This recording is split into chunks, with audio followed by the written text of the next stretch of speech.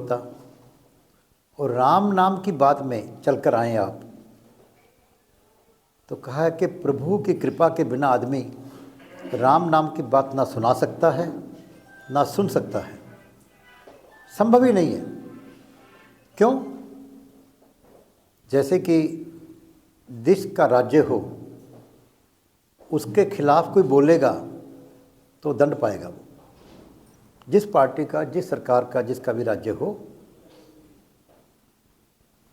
तो राज्य किसका है आजकल? कलयुग में किसका राज? काल का राज। तो कैसे चाहेगा कि दयाल की बात की जाए? नहीं चाहेगा वो। और काल का सबसे बड़ा हथियार कौन? मन।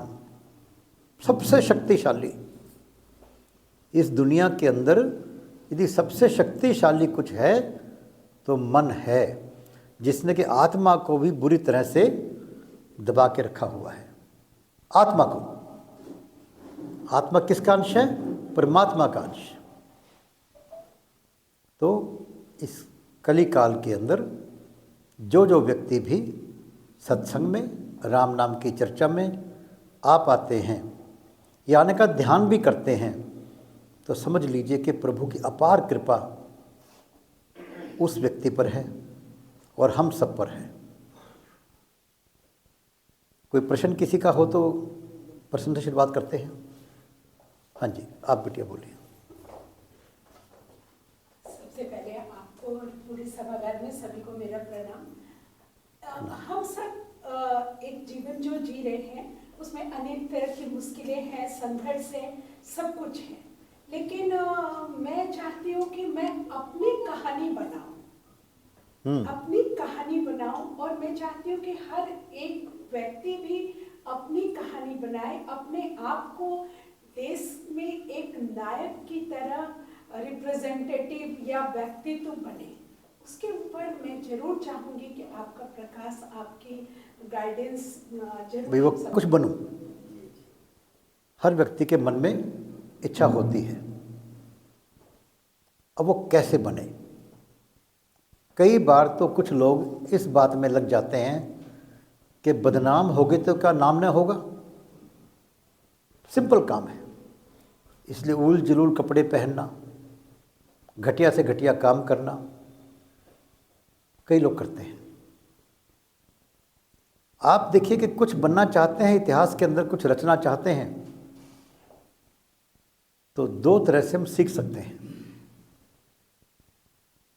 जिन्होंने इतिहास रचा है, जिनका इतिहास में नाम है, उन्होंने क्या किया है।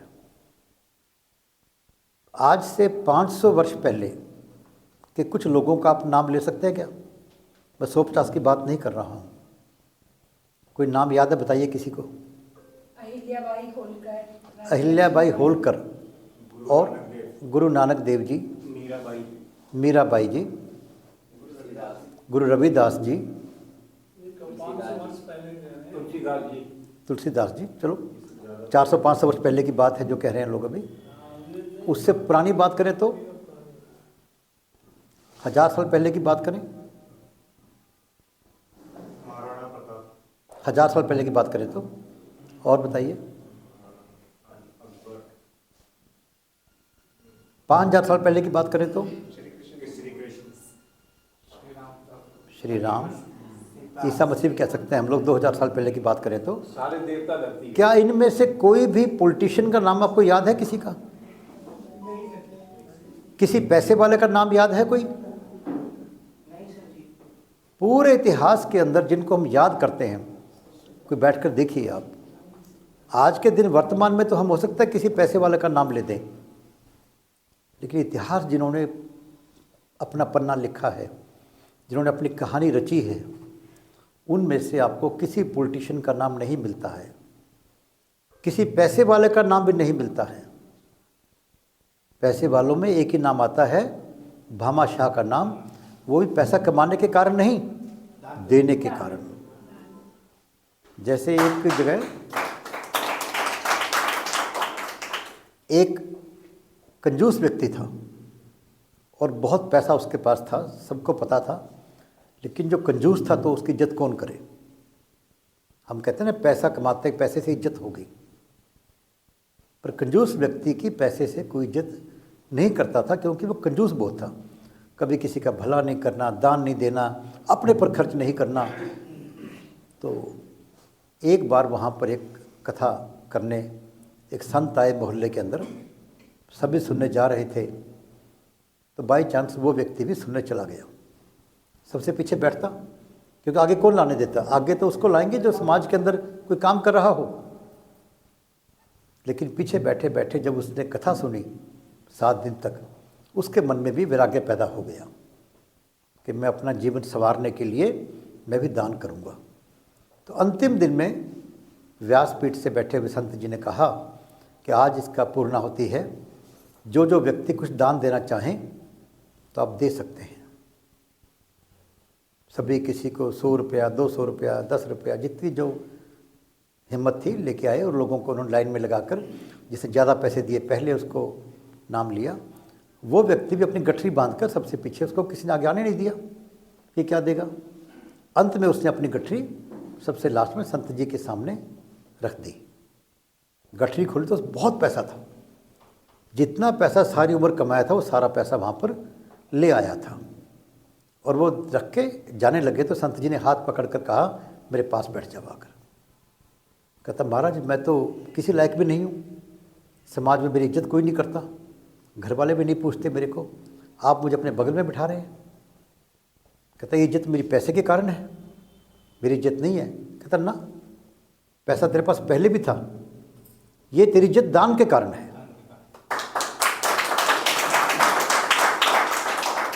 हम आम तौर पे पैसा कमाने में लगे रहते हैं, इज्जत कमाने के लिए। इज्जत कमाने के लिए हम लोग पैसा कमाने में लगे रहते हैं। तो पूरे इतिहास में यदि पैसे वालों का नाम खोजेंगे आप, तो भामाशाह का नाम पहले मिलेगा, या जिन्होंने गुरु गोविंद सिंह जी के बच्चों के लिए ज़मीन खरीदी सरहिंद के अंदर, टोडरमल दीवान ने खरीदी, जो जैन थे टोडरमल जैन, उनका नाम मिलेगा।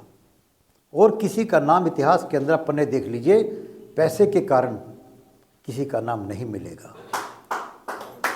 और हम किस में लगे रहते हैं, पैसा कमाने में। तो इतिहास में पन्ना कैसे लिख पाएंगे? दिशा ही गलत है। जो गोल हम चाहते हैं उसके लिए दिशा भी उस गोल की तरफ होनी चाहिए। कहते हैं direction is more important then speed. बहुत स्पीड से चल रहे हैं हम लोग, बिना देखे कि मैं चाहता क्या हूँ और क्या ये दिशा। जैसे अभी मोहन भागवत जी ने राष्ट्रीय स्वयंसेवक संघ के कार्यालय का उद्घाटन किया झंडेवालान के अंदर, बहुत सुंदर बना है। तो उन्होंने एक वाक्य कहा कि संघ की दशा बदल गई है।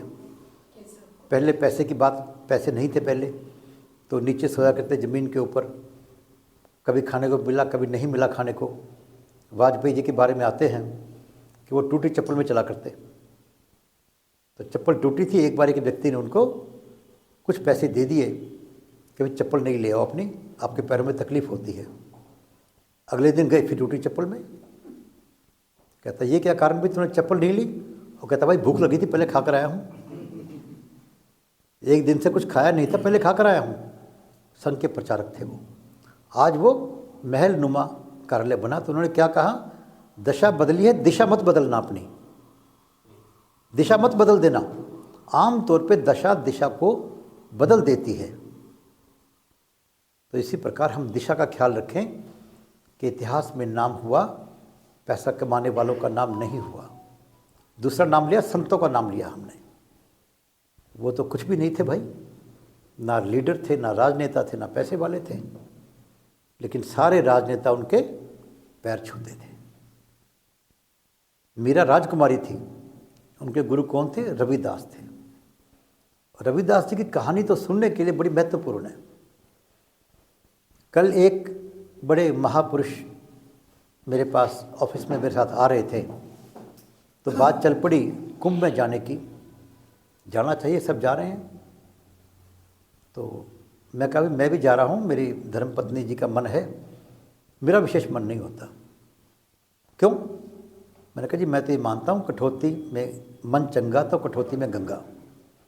कहते, फिर ऑफिस में क्यों जा रहे हो? मैंने कहा, भाई जिसने ये शब्द कहे थे ना, वो भी चमड़े गांठा करता। जिसने ये बात कही थी, मन चंगा तो कठौती में गंगा, वो भी जूते गांठना नहीं छोड़ा था। अपना कर्म करना नहीं छोड़ना अपने को, लेकिन दिशा वो रखनी है जिसको कि मेरा गोल मिल सके। इतिहास के अंदर नाम दर्ज करना है अपना, तो कैसे होगा? पहली बात, पैसा कमाने से नहीं हो सकता, दान करने से हो सकता है। दूसरी बात, राजा बनने से नहीं हो सकता, सेवा करने से हो सकता है। ये बताइए कि मालिक बड़ा या सेवादार बड़ा? कौन बड़ा? कोई एग्जाम्पल दीजिए, उसका उदाहरण दीजिए कोई। वो सेवा से सर सबका दिल जीत लेता है। कोई उदाहरण दीजिए नाम से कि जिसमें हनुमान जी कहते हैं ना अपना, हनुमान जी जो हैं उनकी पूजा कब होती है? मंगलवार और शनिवार को, 2 दिन। और श्री राम की पूजा कब होती है? रामनवमी को। रामनवमी को। वो तो राजा राम की होती है जी। वही कह रहा हूँ मैं कि राजा की पूजा, राजा और सेवक की बात कर रहे हैं हम लोग। राजा राम की पूजा साल में एक बार दिन आता है उनका, और हनुमान जी का दिन सप्ताह में 2 बार आ जाता है, मंगलवार को भी और शनिवार को भी। और हनुमान जी का बदला श्री राम नहीं उतार पाए। जब राज तिलक हुआ तो उन्होंने सबको कुछ दिया। सुग्रीव को किष्किंधा का राज दे दिया था, विभीषण को लंका का राज दे दिया था, सबको कुछ बांटा। और हनुमान जी की बारी है तो चुप होकर बैठ गए, भाई इसका बदला कैसे उतारूं मैं? कि हनुमान जी का बदला मैं नहीं उतार सकता। श्री राम ने भी हाथ जोड़ लिए, संकोच कर लिया कि मैं सब कुछ कर सकता हूं, पर मैं श्री हनुमान जी का बदला नहीं उतार सकता। और सेवक बनना आसान है, राजा बनना आसान है? हम बनना क्या चाहते हैं? हम बनना चाहते हैं राजा। और इतिहास कौन रचता है? सेवक। जिस दिन ये बात जान लगे, मौज ही मौज है। अगर कोई गलत काम होगा, बदनामी किसकी आएगी? राजा की। और अच्छा काम होगा तो नाम सेवक का हो गया कि ऐसी बड़ी सेवा की। परमवीर चक्र किनको मिले हैं? जिन्होंने सेवा की है, उनके नाम लिखे हैं इतिहास के अंदर कि परमवीर चक्र मिले हैं। और आप देखिए कि जो अपना सबसे सर्वोच्च सम्मान अपने देश का कौन सा है? भारत रत्न। वो भी राजनेताओं को बहुत नहीं मिले, और जो मिले हैं उसके बारे में ऑब्जेक्शन किया लोगों ने, भी गलत दे दिया, क्या किया इसने। लेकिन अन्य किसी सेवादार को मिला तो लोगों ने कहा कि यस, वो इसका हकदार था। तो बेटा यदि इतिहास लिखना है तो 2 बातें हैं, सेवा करो, दान करो। वो कहते हैं कि भगवान से क्या मांगते हैं कि सेवा सिमरन सत्संग झोली में मेरे भर दो।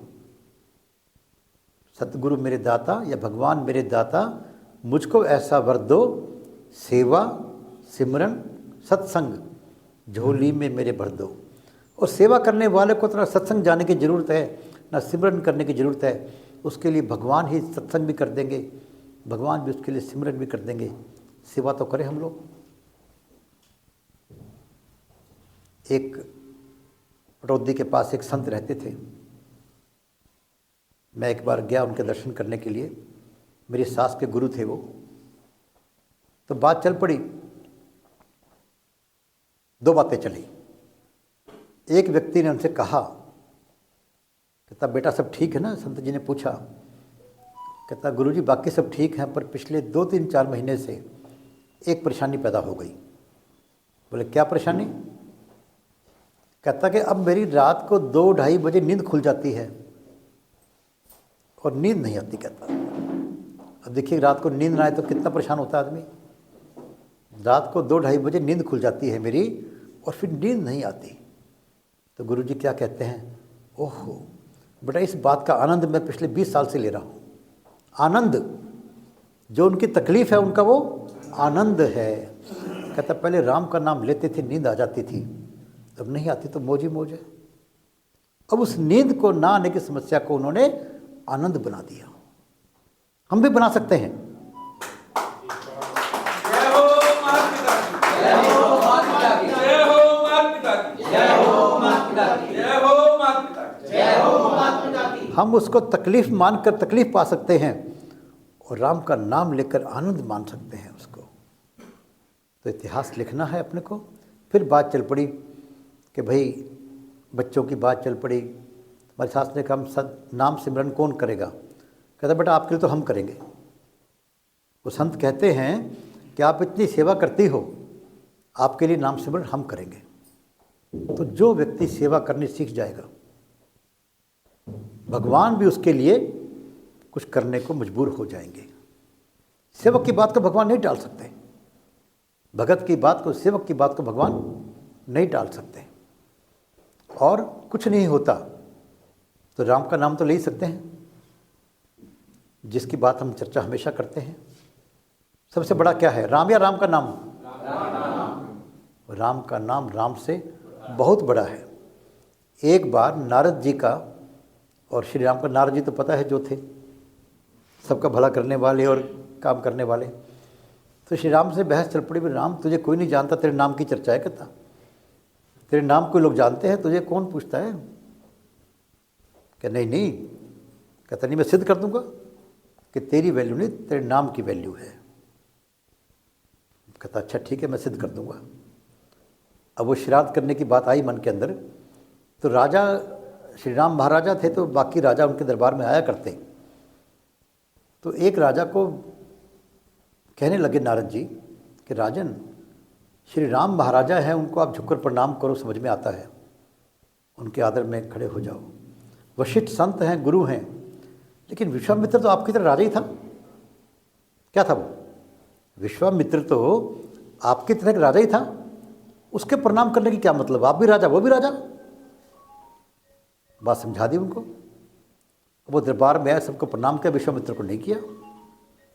विश्वामित्र जी क्रोधी स्वभाव के व्यक्ति अकड़ गए। श्री राम से कहा राम तेरे दरबार में मेरा अपमान हुआ है, या तो तू इसको सजा दे वरना मैं ये कर दूंगा वो कर दूंगा। क्या सजा क्या दूँ भगवान बोलो? कहता इसको हत्या कर दो, इसकी प्राण दंड दो इसको। ठीक है महाराज, मैं इनको कल शाम तक प्राण दंड दे दूंगा। अब राजा भागता फिरे, क्या करूँ भाई मैं? तो किसी ने कहा भी हनुमान जी के पास चला जा, शायद वो बचा ले। कहता हनुमान जी के पास जाने से पहले भी उनकी माँ के पास जाके उनकी माँ के पास जाओ। अंजना के पास गए वो उनकी माँ के पास कि माँ मैं फलां राजा हूँ और एक मैं समस्या में उलझ गया हूँ, मेरी जान को खतरा है किसी से। वो कहता मेरा बेटा बचा लेगा तेरे को, उनके आगे कौन खतरा हो सकता है? कहता अब वादा करो उसको। तो हनुमान जी आ गए। कहता बेटा मैंने वादा किया है कि मेरा बेटा हनुमान तेरे को किसी से भी बचा लेगा। हनुमान जी बोले हाँ कोई दिक्कत हो तेरे को कौन मेरे होते तेरा हाथ लगा सकता है, तेरी जान की गारंटी मैं देता हूँ। कहता पक्का वादा हो गया? हो गया। कहता बता दुश्मन कौन है, कौन तेरे को मारना चाहता है? कहते श्री राम मारना चाहते हैं मेरे को। और हनुमान जी चुप क्या करें भाई। तो हनुमान जी ने कहा ठीक है भाई तू ऐसा कर, नदी के किनारे जाके बैठ जा और जय श्री राम की धुन लगाना शुरू कर दे, कुछ नहीं करना तेरे को। वो जाके जय श्री राम करें। हनुमान जी भी दूर बैठ के तमाशा देख रहे हैं। श्री राम तीर चलाते हैं, तीर लगता ही नहीं उनको, वापस आ जाता है। अगले दिन देखा विश्वामित्र ने कहा भी तूने कर दिया काम, दे दिया प्राण दंड? कहता महाराज मैं आज जरूर कर दूंगा, कल तो नहीं हो पाया। तो फिर कल उन्होंने कहा भी क्या करूँ, राजा से कहा कि अब तो सीताराम बोलना शुरू कर। पहले अकेले राम थे, अब साथ में सीताराम बोलना शुरू कर दे। वो सीताराम कहना शुरू किया तो बिल्कुल तीर तो और दूर से भाग गया, आए ना। तो विश्वामित्र बहुत गुस्से हो गए। कहता आज राम देख तेरे बस का नहीं तो मैं ही उसको दंड देता हूँ। कहता नहीं महाराज आज मैं काम कर ही दूंगा। पर हनुमान जी ने कहा भी आज तो ऐसा कर, वो बहुत भयंकर अस्त्र शस्त्र लेके आ रहे हैं, तो जय हनुमान जय सीताराम करना शुरू कर दे। तो उन्होंने जय हनुमान जय सीताराम करना शुरू कर दिया। तो श्री राम के सारे तीर फेल हो गए। तो कौन बड़ा हुआ, राम या राम का नाम? राजा या सेवक? सारे फेल हो गए। फिर लोगों ने जो वशिष्ठ जी वगैरह ने विश्वामित्र को शांत किया कि मार्ग उसको क्षमा कर दो, उससे माफ़ी मांगी। फिर उसकी एक मूर्ति बना के उस पर श्री राम तीर चला के उसको दंड देने की बात की। लेकिन हम क्या करते हैं अपने नाम के चक्कर के अंदर, मैं कहा करता हूँ राम बनना चाहते हैं तो वनवास के लिए तैयार रहो। हम वनवास तो जाना नहीं चाहते। कभी राजनेताओं का जीवन जाकर देखना आप जरा, बहुत परेशान होते हैं अंदर से, बहुत परेशान होते हैं। जो ईमानदार अपना नेता हैं, उनको अपने परिवार के लिए और अपने आप के लिए कोई समय नहीं होता, नहीं हो सकता उनके पास। तो हम आराम से भी रहें और इतिहास में अपना नाम भी दर्ज कर पाएँ, तो उसका एक ही इलाज है, सेवा करें जिसकी भी कर सकें, मित्रों की, समाज की, और साथ में अपना दान करें। हाँ बेटा बोलिए, बोले कुछ कहते बताइए। जैसे विश्वामित्र राजा था और बहुत क्रोधी था, क्षत्रिय था। जी जी उसने राजा चंद्र को ना बचाने चला जी, सपने में राजबाट ले लिया, सवेरे दक्षिणा बिल्कुल ठीक है, पता सबको, बैठिए, सबको पता है इस बात का। राजा चंद्र को ना बचाने चला और राजा ने उसको साथ दे दिया, त्रेता में आए थे तो मेरे ही वंश में राजा दशरथ वो व्यवस्थित मनु होंगे, फिर दिलीप होगा, रघु होगा, आज होगा, दशरथ होगा और तेरे एक को राजा। इसके बारे में तो कबीर का एक बड़ा अच्छा दोहा है, कहता कि चाह गई चिंता मिटी। सुना आपने? चाह गई चिंता मिटी, मनवा बेपरवाह। ठीक है, चाह, देखिए कोई आदमी अमीर कौन है? एक आदमी के पास 1 करोड़ रुपया है और खर्चा उसका 1 करोड़ से ज़्यादा है। 1 करोड़ रुपया है, वो काम करता है 1.25 करोड़ का, तो 25 लाख मांगता रहेगा वो। एक आदमी के पास 1000 रुपये हैं और वो काम करता है 800 रुपये का, वो किसी को 200 रुपये की हेल्प कर सकता है। अमीर कौन हुआ? अमीर कौन हुआ? एक काम हम कर सकते हैं, हो सकता है हमारे पास ज़्यादा पैसे ना हो, हम कोशिश करते हैं कमाने की, हमारी कमाई ज़्यादा ना हो सके, लेकिन खर्चा कम हम कर सकते हैं। सभी अपना खर्च हम सभी कम कर सकते हैं। अपनी इच्छाओं को कम करने की शक्ति सबके अंदर है, उसमें कोई विद्या नहीं चाहिए। मैं आपको एक एग्जांपल दूंगा अपना ही। मैं जब बैंक में मैनेजर था तो मेरी ट्रांसफ़र नागपुर हो गई, तो मैं 15 दिन के लिए नागपुर जाता था, फिर मैं 1 हफ्ता यहाँ पर आ जाता था छुट्टी लेकर। तो खर्चा करना पड़ता था 15 दिन का रहने का। तो मेरी पॉकेट अलाउ करती थी 1000 रुपये, पर मुझे पुस्तकें पढ़ने का बहुत शौक, वही पूरा करना है। तो मैं 15 दिन का खर्चा कितना कम से कम हो सकता है, मैं हर हफ्ते 2 हफ्ते के अंदर जाते ही 800 रुपये की पुस्तक खरीदा करता और 200 रुपये में गुजारा किया करता अपना।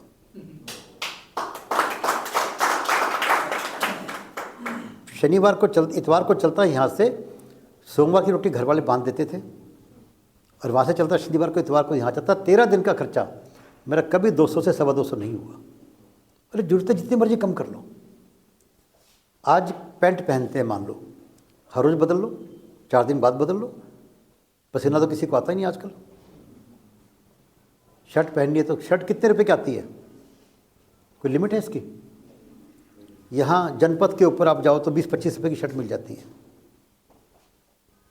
जनपद के ऊपर 20-25 रुपये की शर्ट पहले मिल जा करती, 15 रुपये की मिला करती पहले, अच्छी क्वालिटी की, और 25,000 की शर्ट भी मिलती है। खर्चा कम करने की कोई सीमा नहीं है और खर्चा ज़्यादा करने की भी कोई सीमा नहीं है। ये एक निश्चित है, यदि सुखी रहना हो तो सब, जैसे कहते हैं, सबसे बड़ा दुख गरीबी में होता है, और गरीब वो जिसका खर्चा इनकम से ज़्यादा है। इनकम फिक्स है आपकी, कम से कम पता है कि मेरी इनकम 1000 रुपये की है, 5000 की है, 10,000 की है, मैं इतने कम खर्चे में गुजारा करूँगा। आप कर सकते हैं, सभी कर सकते हैं। खाना खाने को भगवान सबको देता है, और खर्चा कम करेंगे तो हम गरीब नहीं रहेंगे। हम लोग जैसे हमने नौकरी की तो हमेशा सबसे पहले हम उस पैसे में से कुछ पैसे दान के लिए निकालते थे, हमेशा। वो अलग पैसे रखे, कोई दिक्कत ही नहीं, हमारे को देना पड़ जाए तो। फिर अपने सेविंग के लिए कितने पैसे जमा करने हैं भाई, भविष्य के लिए, बाकी में खर्च करेंगे। अब हमारा मान लो बजट में 50 रुपये दूध के लिए आते हैं, 50 रुपये में 1 किलो तो 1 किलो लेंगे, 2 किलो है 2 किलो लेंगे। अमीर आदमी कहता है 2 किलो दूध लेना चाहिए, 500 रुपये का है, चाहे 1000 रुपये का है, चाहे 50 रुपये का है। हम अपने पैसा देख के बजट बना लेंगे तो हम गरीबी में नहीं रहेंगे। Simple formula. इसी प्रकार और इच्छाएं कि पड़ोसी का मकान बड़ा बन गया, मेरा पड़ोसी बड़ी कार ले आया, मेरा पड़ोसी एमएलए बन गया। अरे भाई, मैं तकलीफ क्यों पा रहा हूँ उस बात के लिए? हो जाता है ये।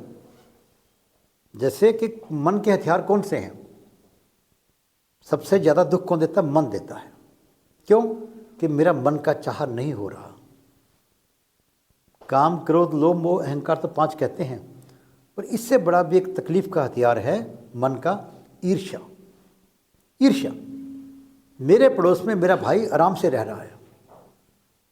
जैसे मैं बताऊं कि बैंक में जब था मैं, तो मेरे कुछ जो कुलीग थे मेरे से बड़े अजीब सी ईर्ष्या किया करते। किस बात की? कि हमेशा हंसता रहता है और कोई दिक्कत नहीं थी उनको।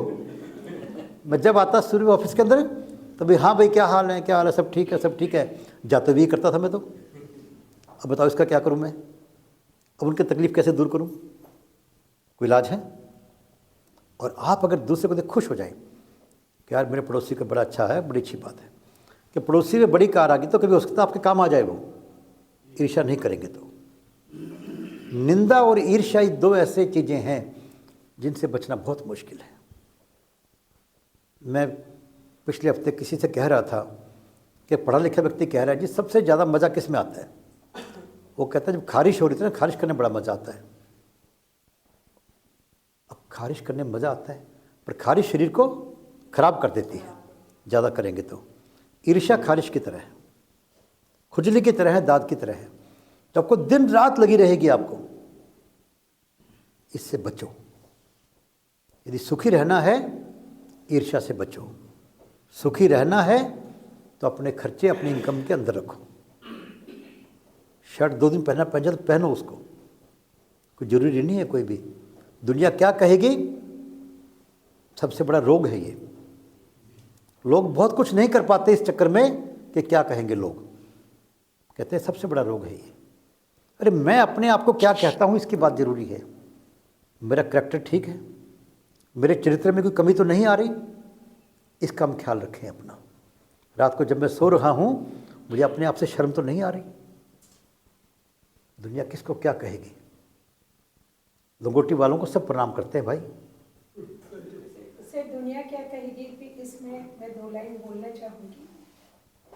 मेरे पास जब मैं दिल्ली आई तो मेरे पास एक साइकिल थी और मैं अपनी साइकिलिंग करती थी तो, और जॉब भी करती थी नेहरू प्लेस में।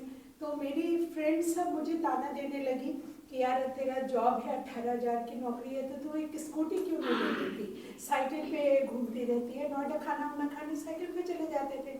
तो मैंने सोचा ठीक कह रही है, स्कूटी ले लेती हूँ। मैंने लोन करा के एक स्कूटी ले ली। जब मैं स्कूटी पे चलने लगी तो मेरी फ्रेंड फिर से ताना करने लगी कि कार क्यों नहीं ले? स्कूटी पे चल रही है यार, 4 चक्के लेना यार, हाँ तेरे को दिक्कत क्या है। हाँ, तो फिर हमने 1-2 सहेली मिलके एक सेकेंड हैंड कार खरीदी थी। तो फिर जब हम कार पे चलने लगे तो हमारी सहेलियाँ बात करने लगी, पूनम तो इतनी जल्दी तरक्की कर गई, कल साइकिल पे थी अभी कार पे है, तो जरूर कुछ गड़बड़। बढ़िया। आपका पहला प्रश्न था कि मनुष्य जो है जब सब कुछ लिखा हुआ है तो क्यों पैदा किया, क्यों कर्म किया जाए, यही कह रहे हैं आप ना? बैठिए। देखिए, दूसरी बात तो ज्ञान की थी, उसमें उलझने की कोई ज़रूरत नहीं है कि भगवान ने ऐसा क्यों किया, क्यों नहीं किया। कई बड़ों की बात में हमारा अधिकार क्षेत्र नहीं है वो। अधूरी बात हमेशा तकलीफ देती है आदमी को, अधूरा ज्ञान। जैसे हम कहते हैं अहिंसा परमो धर्म है, कि अहिंसा परम धर्म है, पर पूरा वाक्य क्या है? अहिंसा परमो धर्म है, धर्म हिंसा तदैव च। कि धर्म की रक्षा के लिए की गई हिंसा अहिंसा से उत्तम धर्म है। अगर ऐसा ना होता तो श्री राम और श्री कृष्ण धार्मिक नहीं कहलाते, पूजे नहीं जाते, बहुत हत्याएं की करवाई। इसी प्रकार कहते हैं कि पैसे से सब कुछ नहीं मिलता, अधूरा वाक्य है। पूरा वाक्य क्या है? पैसे से सब कुछ नहीं मिलता लेकिन बिना पैसे कुछ नहीं मिलता। दोनों बातें साथ में सच हैं। इसी प्रकार जहाँ लिखा है कि जो भाग्य में लिखा है वो होगा, वो ये भी लिखा है कि मानव केवल इंसान कर्म करने में स्वतंत्र है। पूरी बात पढ़ो, इंसान को भगवान ने बनाया कर्म करने को स्वतंत्र है। और मैं आमतौर पे पूछा करता हूँ कि हम कोई व्यक्ति बच्चा पैर छूते हम आशीर्वाद देते हैं, बेटा तेरी लंबी उम्र हो। क्यों लंबी उम्र हो, किस लिए चाहिए उम्र लंबी? निश्चित रूप से कुछ ऐसा विशेष कार्य करने के लिए चाहिए। वो विशेष कार्य क्या है? जीवन के अंदर मेरा हमेशा एक प्रश्न रहता है आप सबको, खोजिए इस बात को कि मुझे जिंदा रहने की क्या ज़रूरत है, क्यों जिंदा रहूं मैं, क्यों ज़्यादा दिन जिंदा रहूं, ऐसा क्या करना है मेरे को? क्या पैसा कमाने को, क्या अच्छा भोजन खाने को, क्या अपना नाम करने को, किस काम के लिए? इस प्रश्न का उत्तर मिले ना मिले, इस प्रश्न को नहीं भूलोगे तो जीवन में बुरे कर्म नहीं करोगे, अच्छे कर्म करोगे, सुखी रहोगे। कि मेरा जीवन किस लिए है? तो अपने ग्रंथों में जो लिखा है उसकी बात कर रहा हूँ। कहते हैं 84 लाख योनियों के बाद इंसान का जन्म मिलता है। आवागमन चक्र के अंदर हम कहते हैं कि एक आदमी जब पैदा होता है मरते ही वो दूसरा जन्म ले लेता है आत्मा। किस रूप में? मच्छर के रूप में, मक्खी के रूप में। 84 लाख योनि है। केवल और केवल मानव जन्म ऐसा है जिसमें वो मुक्ति पा सकता है। सबसे बड़ा तकलीफ कौन सी होती है? नरक की। कौन सा? गर्भ का नरक। इससे बड़ी तकलीफ किसी नरक की नहीं कही गई। और फिर लिखा उन्होंने कि मुक्ति कैसे पा सकते हैं हम लोग। मुक्ति पाने का सबसे सरल उपाय क्या है? राम का नाम लेना। सबसे सरल उपाय है राम का नाम लेना। उसी लिए लिखा कबीर ने कि कल करे सो आज कर, आज करे सो अब, पल में प्रलय होएगी बहुरी करेगा कब। ये दुनिया के कामों के लिए नहीं लिखा। दुनिया के काम तो खत्म हो गया, मैं चला गया तो दुनिया के काम पड़े रहें, क्या फ़र्क पड़ता है? ना कोई मुझसे मान लो कि कोर्ट के केस हो, कोई फांसी देनी हो, जब मरी गया तो कौन फांसी देगा और कौन इनाम देगा? वो किस लिए लिखा है? राम के नाम के बारे में। राम के नाम के लिए बूढ़ा होने की जरूरत नहीं है कि तब करेंगे। अरे सांस आए तो आए, ना आए तो ना आए।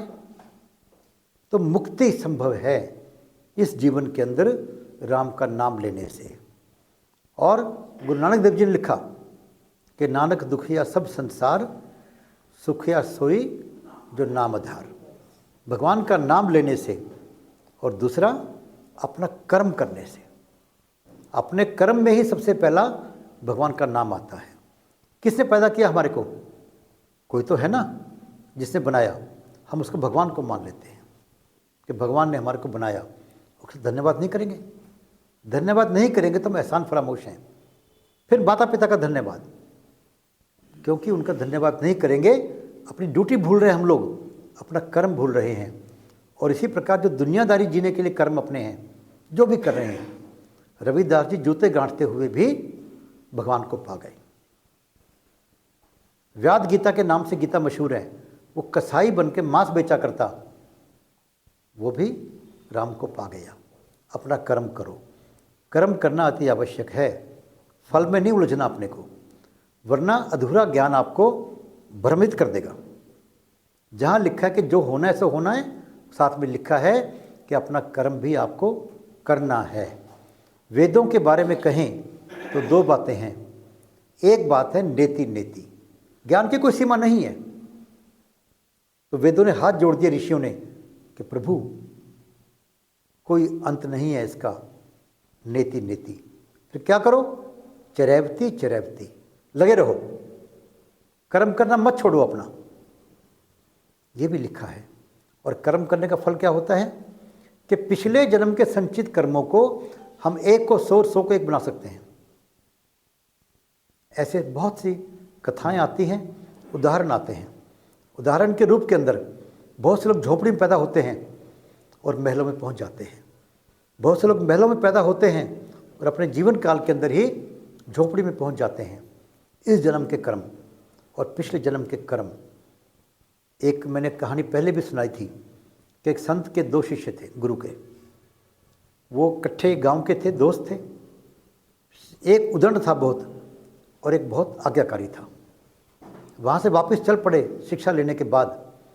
तो जो उदंड था उसको रुपयों की थैली मिल गई। बड़ा खुश हुआ। थोड़ा आगे चले तो जो आज्ञाकारी था उसके पाँव में कांटा लग गया। अब दोनों के मन में दुविधा पैदा हो गई और वापस चल पड़े कि गुरुजी, भगवान का क्या न्याय है ये? कैसा भगवान कि जो उदंड था उसको तो रुपए की थैली मिल रही है और मैं जो आज्ञाकारी मेरे को कहता कि दंड मिल रहा है। तो गए गुरुजी ने कहा, बेटा जिसको रुपयों की थैली मिली है, पिछले जन्म के कर्मों के कारण भाग्य के अनुसार इसको राजा बनना था, लेकिन इसने अपने गुरु की पूरी आज्ञा ना मानकर उदंड होकर अपने भाग्य को समेट लिया उस थैली के अंदर। और जिस व्यक्ति को कांटा लगा है उसको फांसी लगनी थी, इसने अपने अच्छे कर्मों से उस फांसी को कांटों में तब्दील कर दिया। तो बेटा जो कर्म करने,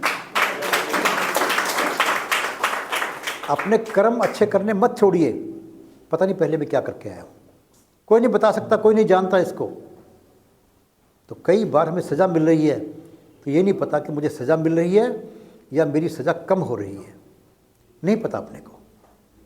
इसी प्रकार हमें कुछ इनाम मिल रहा है, नहीं पता कि इनाम को मैं कम कर रहा हूँ या ज़्यादा मिल रहा है।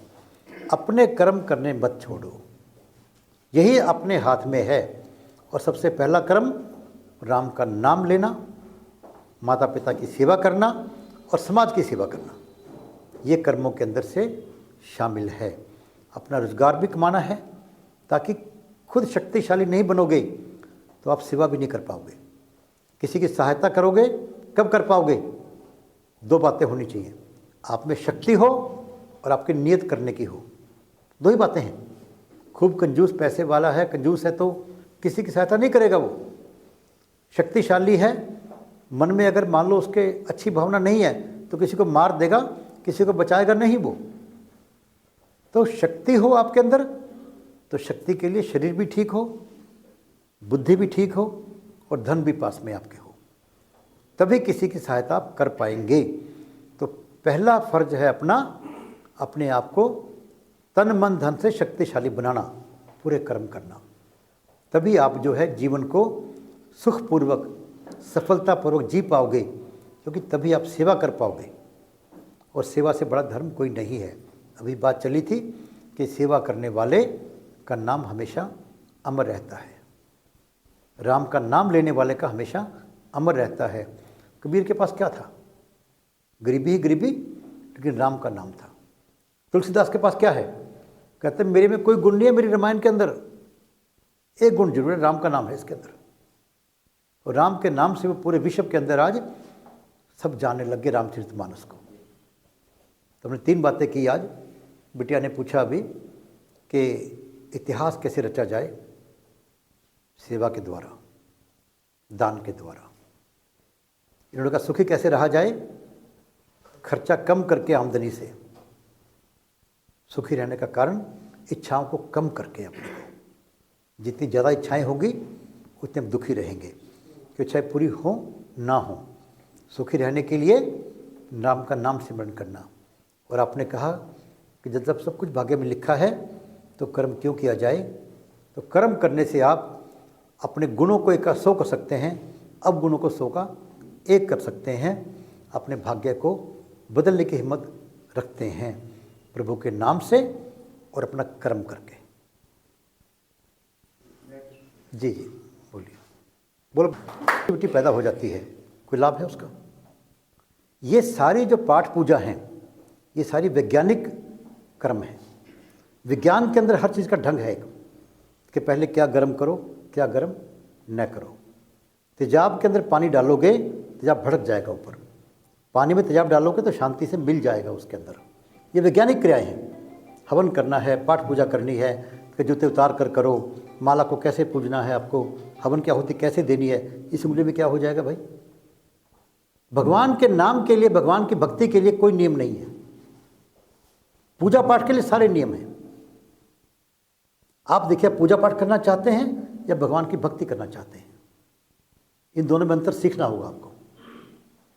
भक्ति करने के लिए कहीं नहीं जाना, कर दो शुरू अभी।